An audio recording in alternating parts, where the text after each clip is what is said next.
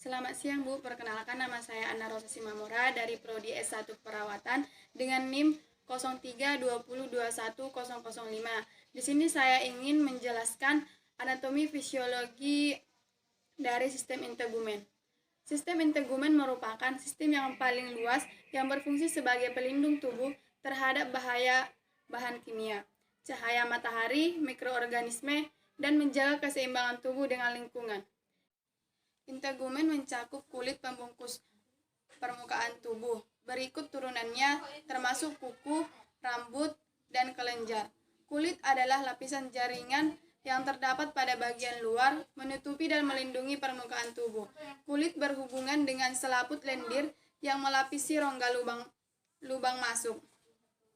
Kulit manusia mempunyai fungsi yang sangat penting. Selain menjalin kelangsungan hidup secara umum, juga satu melindungi struktur internal, dua mencegah masuknya kuman penyebab penyakit, tiga mengatur suhu tubuh, empat melakukan proses ekskresi melalui keringat, lima melindungi bahaya sinar matahari. Terdapat beberapa lapisan pada kulit. Yang pertama yaitu epidermis. Yang ini. Lapisan epidermis merupakan lapisan terluar dari kulit. Dengan unsur utamanya terdapat 4 jenis sel. Satu sel kreatinosit yang dimana sel tersebut memproduksi kreatinin, yaitu protein yang memberi kekuatan, fleksibilitas, dan anti air. Yang kedua sel melanosit yang dimana sel ini memproduksi melanin, yaitu pigmen gelap yang memberikan warna kulit dan melindungi kulit dari reduksi. Yang ketiga sel Merkel yang dimana sel ini berkaitan dengan indera sentuhan. Keempat sel Langerhans yang dimana sel ini membentuk sistem kekebalan tubuh. Lapisan epidermis terdiri dari beberapa lapisan, yaitu satu stratum corneum yang ini, di mana lapisan ini terdiri dari lapisan sel tanduk atau kreatinin yang efektif untuk pencegahan penguapan air dari lapisan yang lebih dalam. Yang kedua, struktur lucidium yang ini, di mana ini merupakan tempat lapisan pelindung yang mencegah kulit dari kerusakan sinar ultraviolet. Yang ketiga, stratum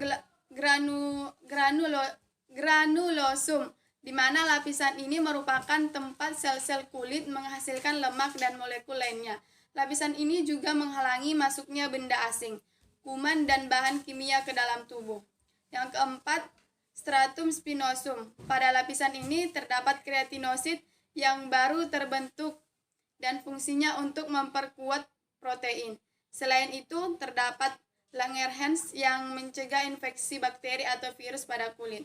Yang kelima, stratum basale, yaitu lapisan yang merupakan lapisan terdalam di epidermis yang aktif membentuk sel kulit. Lapisan ini terdapat melanosit. Yang kedua ada lapisan epidermis. Lapisan dermis, yaitu ini. Pada lapisan ini terdapat penyusun utamanya. Yang satu kolagen sebagai protein kuat. Yang kedua serat retikuler sebagai serat protein yang berfungsi sebagai penyongkong. Yang ketiga ada sweet elastis sebagai protein yang berperan dalam elastisitas kulit. Terdapat beberapa lapisan pada dermis. Yang pertama, lapisan papilaridermis merupakan lapisan jaringan longgar yang berperan dalam peremajaan dan pergandaan unsur-unsur kulit. Yang kedua, lapisan retikular dermis. Lapisan ini merupakan jaringan ikat padat yang dapat membuat kulit lebih kencang. Struktur dari dermis yaitu satu kelenjar sebasea yang ini, di mana terletak di bawah permukaan kulit. Kelenjar ini berfungsi untuk mengeluarkan zat minyak yang disebut sebum. Selain mengatur suhu tubuh dan mencegah kulit kering, sebum mengandung squalene dan zat lain yang berfungsi untuk melindungi tubuh dari bakteri, jamur, dan virus penyebab infeksi. Yang kedua itu folikel rambut. Yang ini, di mana adalah lubang atau pori kecil yang terdapat di kulit dan menjadi tempat tumbuhnya rambut. Sebagai tempat tumbuhnya rambut, folikel terletak di epidermis atau lapisan terluar kulit yang menjorok ke lapisan di bawahnya atau dermis. Kulit manusia memiliki folikel rambut dalam jumlah yang sangat banyak. Yang ketiga yaitu nerve yang ini, yaitu saraf penerima rangsangan sentuhan yang akan dikirim ke otak, di mana terdapat 23 ujung saraf yang peka tekanan, 25 serabut saraf pembungkus dasar rambut yang terpasang jika rambutnya tersentuh, 26 ujung saraf bebas dalam epidermis peka terhadap rasa nyeri, dan 27 reseptor dingin. Yang keempat yaitu sweat gland atau kelenjar keringat, yaitu yang ini, di mana ini terbagi atas dua tipe. Yang satu kelenjar keringat ekrin, yang ini,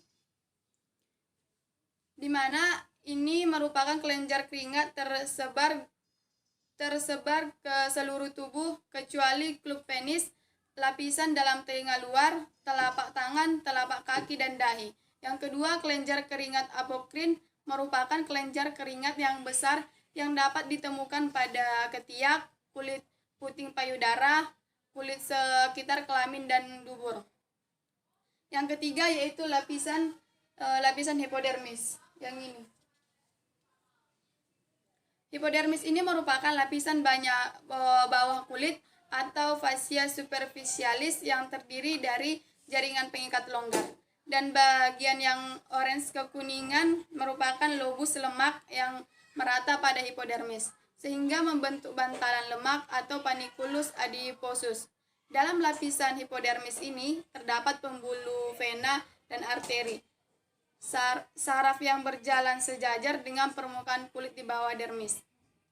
Seperti yang kita ketahui, kulit merupakan alat ekresi. Nah, alat ekresi ini akan mengeluarkan keringat.